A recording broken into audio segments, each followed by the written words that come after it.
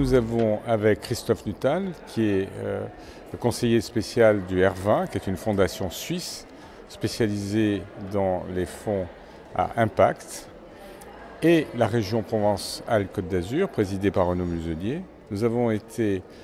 désignés pour réfléchir à la mise en place de cette plateforme financière que l'on appelle le PLIF, qui est destinée à financer des initiatives venant de collectivités territoriales de part et d'autre de la Méditerranée qui ont des projets à financer dans le cadre de la protection de la Méditerranée, de la suppression des plastiques et également pour promouvoir de grands projets d'aménagement qui permettent d'avoir des conditions à la fois sanitaires mais aussi écologiques meilleures. Cette initiative va se porter dans un premier temps sur 3 sujets très pragmatiques et très concrets. C'est d'une part l'électrification des ports. Donc vous savez que Marseille, le grand port maritime de Marseille, a été l'initiateur sous l'impulsion de la région Provence-Alpes-Côte d'Azur et grâce au financement de la région qu'a souhaité Renaud Muselier. Et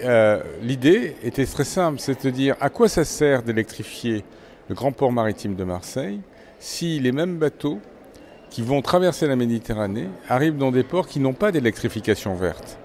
Et donc l'idée c'est de dire comment on peut aider ces ports, ceux de Tunisie, ceux du Maroc, ceux d'Algérie, ceux d'Égypte, mais aussi ceux de Malte ou ceux de Beyrouth, à pouvoir financer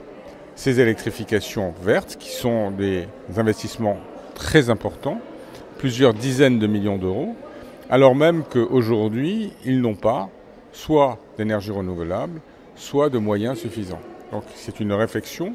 et des solutions concrètes de financement à travers soit de la dette, soit des investisseurs, soit des dons qui permettront de réunir ces financements pour avoir très concrètement des projets. Deuxième sujet, ça va être zéro plastique, avec la présentation demain dans un atelier de PME extrêmement innovantes technologiquement,